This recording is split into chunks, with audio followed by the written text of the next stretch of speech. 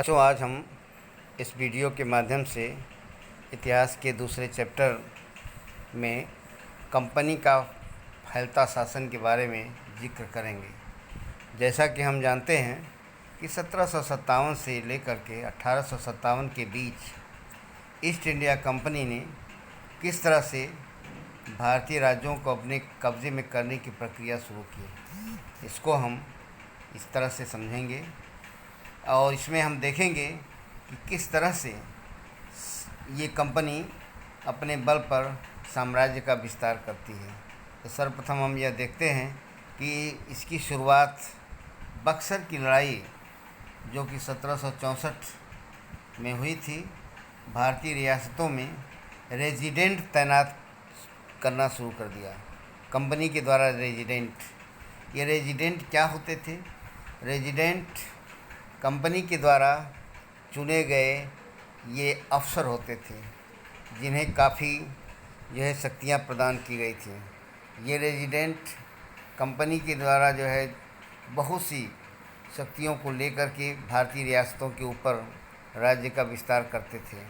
अब इसमें देखेंगे कि किस प्रकार से ये रेजिडेंट भारतीय रियासतों में अपनी गतिविधियाँ बढ़ा करके उन्हें किस प्रकार से अपने साम्राज्य में मिलाते हैं।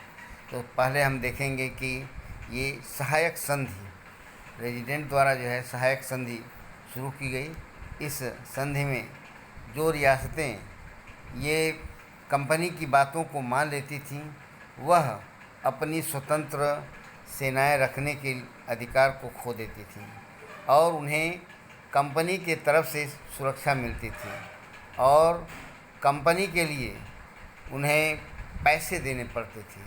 और जो रियासतें ये शुल्क अदा करने में, पैसा अदा करने में चूक जाती थीं, उन रियासतों का हिस्सा कंपनी के द्वारा हड़प लिया जाता था। इस तरह से दो घटनाएं आईं और ये जैसे वेल्जली गवर्नर जनरल 1798 से लेकर के 1805 तक था। उस समय पहली घटना अवध के नवाब के द्वारा हुई 1801 में। अवध के नवाब ने कंपनी को कर चुकाने में असफलता जाहिर की और कंपनी ने उसके आधे साम्राज्य को ही जो है मिला लिया। दूसरी घटना जो है हैदराबाद के साथ हुआ। हैदराबाद के लोगों ने भी ये जो है कर चुकाने से इनकार कर दिया तो हैदराबाद का क्षेत्र भी ये छीन लिया गया। अब हम देखेंगे कि रेजिडेंट की ताकत क्या होती थी। रेजिडेंट दरअसल जैसा कि दिखाया गया है कि जेम्स मिल द्वारा रेजिडेंट रियासत का राजा होता था। अर्थात जो राजा इस कंपनी के खिलाफ कोई भी षड्यंत्र करता था ये रेजिडेंट जो है इन्फॉर्मेशन देता था और उसके तहत कंपनी जो है कार्रवाई करती थी और इसके द्वारा हम उसे हस्तक्षेप की मनमानी निषेधाज्ञा के तहत काम करने की इसे छूट थी। अतः इसका कोई भी विरोध नहीं करता था और कंपनी के रेजिडेंट्स के पास बहुत अधिक पावर होता था। निषेधाज्ञा का मतलब एक तरह से होता था निर्देश था। निर्देश की एक तरह से आज्ञा और इस निर्देश को पालन करना हर राज्य का काम था। अब हम इसमें देखेंगे कि टीपू सुल्तान, जिसे हम दक्षिण भारत में शेरे मैसूर कहते हैं, और टीपू सुल्तान जो है वह हैदर अली के पुत्र थे और हैदर अली और टीपू सुल्तान जब तक मैसूर में शासन किए कंपनी को अपने राज्य का विस्तार करना मुश्किल था और यहाँ पर 4 लड़ाइयाँ लड़ी गई। मैसूर के साथ अंग्रेज़ों की 4 जंग हुई जो कि 1767 से लेकर के 69 तक पहली जंग, 1780 से लेकर के 1784 तक दूसरी जंग, 1790 से लेकर के 1792 तक तीसरी जंग और चौथी जंग जो 1799 तक हुई और इसमें श्रीरंगपट्टनम की आखिरी जंग में कंपनी को सफलता मिली और अपनी राजधानी की रक्षा करते हुए टीपू सुल्तान मारा गया। मैसूर का राजकाज पुराने वोडियार राजवंश के हाथों में सौंप दिया गया और इसके साथ ही मैसूर पर भी सहायक संधि थोप दी गई, अर्थात वो DRR राजा अब कंपनी को काफ़ी मात्रा में राजस्व देते थे। अब हम देखेंगे कि मराठों से लड़ाई 18वीं शताब्दी में आखिरी में कंपनी मराठों की ताकत को भी काबू और ख़त्म करने के बारे में सोचने लगी। 1761 में पानीपत की तीसरी लड़ाई में हार के बाद दिल्ली से की शासन चलाने वाले मराठों का सपना चूर चूर हो गया और उन्हें कई राज्यों में बांट दिया गया, जिसमें इन राज्यों की बागडोर सिंधिया, होलकर, गायकवाड़, भोसले जैसे अलग अलग राजवंशों के हाथ में चली गई। ये सारे सरदार एक पेशवा के अंतर्गत के सदस्य थे। पेशवा इस राजमंडल के सैनिक और प्रशासनिक प्रमुख होता था और जो पुणे में रहता था, और महाराजा सिंधिया और नाना फडणवीस 18वीं सदी के आखिरी में 2 प्रसिद्ध मराठा योद्धा और राजनीतिज्ञ थे। इस तरह से अंग्रेज़ों द्वारा इन पेशवाओं के ऊपर भी सत्ता हासिल कर ली गई और सर्वोच्चता का दावा।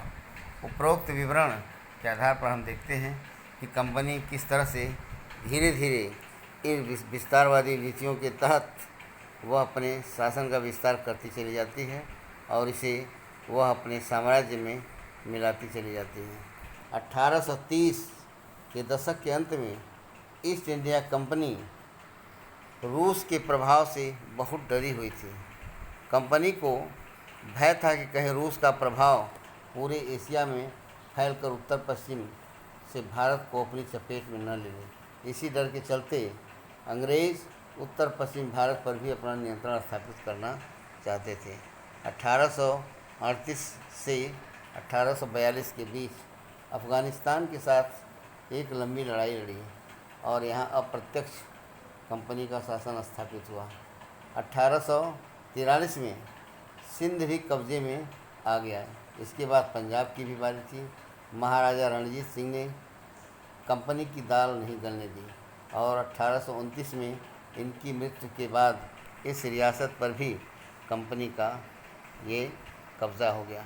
विलय नीति भी अंग्रेज़ों की विस्तारवादी एक व्यवस्था थी, जिसमें यह था कि अगर किसी राजा के पास उसका उत्तराधिकारी नहीं होता था, मीन्स अगर उसका कोई पुत्र नहीं होता था, तो वह राज्य भी अंग्रेज़ों द्वारा अपने राज्य में मिला लिया जाता था। किसी अन्य उत्तराधिकारी को उस पर शासन करने का अधिकार नहीं था। इस विलय नीति के तहत कई राज्य जो हैं अंग्रेज़ों के अंतर्गत आए, जिसमें इस सिद्धांत के आधार पर ये सतारा 1848 में, संबलपुर 1850 में, उदयपुर 1852 में, नागपुर 1853 में और झांसी 1854 में अंग्रेज़ों के हाथ में चला गया और आखिरकार 1856 में कंपनी की अवध को अपने नियंत्रण में कर लिया। इस बार अंग्रेज़ों ने एक नया तर्क दिया। उन्होंने कहा कि अवध की जनता को नवाब को कुशासन के आधार पर कराने के लिए कर्तव्य से बंधे हुए थे, इसलिए वे अवध पर कब्जा करने के लिए मजबूर हैं। अपने प्रिय नवाब को जिस तरह से गद्दी से हटाया गया, उसे देखकर लोगों में गुस्सा भड़क उठा और अवध में लोग भी 1857 के विद्रोह में शामिल हो गए। इस तरह से हम देखते हैं कि किस प्रकार से अलग अलग नीतियों के तहत अंग्रेज़ अपने साम्राज्य का विस्तार करते चले जाते हैं। जैसा कि मानचित्र में दिखाया गया है कि किस तरह से अंग्रेज़ों का साम्राज्य बढ़ता गया। ये मानचित्र दिया गया है। इस मानचित्र में दिखाया गया है 1797, 1840 और इसके बाद 1857 में कैसे जो है अंग्रेज़ों का साम्राज्य बढ़ता जाता है। अब नए शासन की स्थापना में पहला जो था गवर्नर जनरल वारन हेस्टिंग्स बहुत सारे महत्वपूर्ण जो व्यक्तियों में से था। उन्होंने कंपनी की ताकत फैलाने के लिए अहम भूमिका अदा की। वारन हेस्टिंग्स के समय आते आते कंपनी ने न केवल बंगाल बल्कि बम्बई और मद्रास में भी सत्ता हासिल की। ब्रिटिश इलाके मोटे तौर पर प्रशासकीय इकाइयों में बटे हुए थे। इसमें 3 प्रशासकीय इकाइयाँ प्रमुख थीं। इसमें बंगाल, मद्रास और बम्बई, और हर एक प्रशासकीय इकाई का जो मुखिया होता था उसे गवर्नर कहा जाता था, और सबसे ऊपर जो होता था उसको गवर्नर जनरल कहा जाता था। वारेन हेस्टिंग्स ने कई प्रशासकीय सुधार किए। न्याय के क्षेत्र में उसने खास सुधार किए। 1772 में एक नई न्याय व्यवस्था लागू की गई। इस व्यवस्था में प्रावधान किया गया कि हर ज़िले में 2 अदालतें होंगी, फौजदारी अदालत और दीवानी अदालत। बच्चों, जैसा जानते हैं कि दीवानी अदालत के मुखिया यूरोपीय जिला कलेक्टर होते थे, और मौलवी और हिंदू पंडित उसके लिए भारतीय कानून की व्याख्या करते थे। और फौजदारी अदालतों में अभी काजी और मुफ्ती के अंतर्गत होती थी, लेकिन इस पर भी निगरानी रखने के लिए कलेक्टर होते थे। काजी क्या थे? काजी न्यायाधीश थे। मुफ्ती जो थे मुस्लिम समुदाय का एक न्यायविद जो कानून की व्याख्या करता था। काजी इसी की व्याख्या के आधार पर फैसले सुनाते थे। अब हम थोड़ी सी चर्चा महाभियोग के बारे में करेंगे।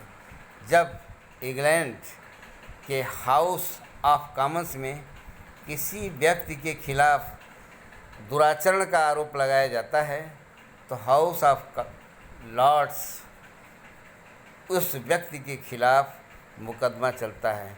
इसे महाभियोग कहते हैं। इसमें आप देखेंगे कि जैसे ही ये वारेन हेस्टिंग्स पहुंचता है वहाँ पर उसके खिलाफ महाभियोग चलाया जाता है, जो अर्थात इसके ऊपर जो है ये महाभियोग दिखाया गया है कि किस प्रकार से इसके ऊपर ये करके सिद्ध किया जाता है ये कौन कौन सा कार्य भारत में किया है। इस वीडियो को मैं अब यहीं समाप्त कर रहा हूँ। फिर बुधवार को अगला वीडियो जारी किया जाएगा। धन्यवाद।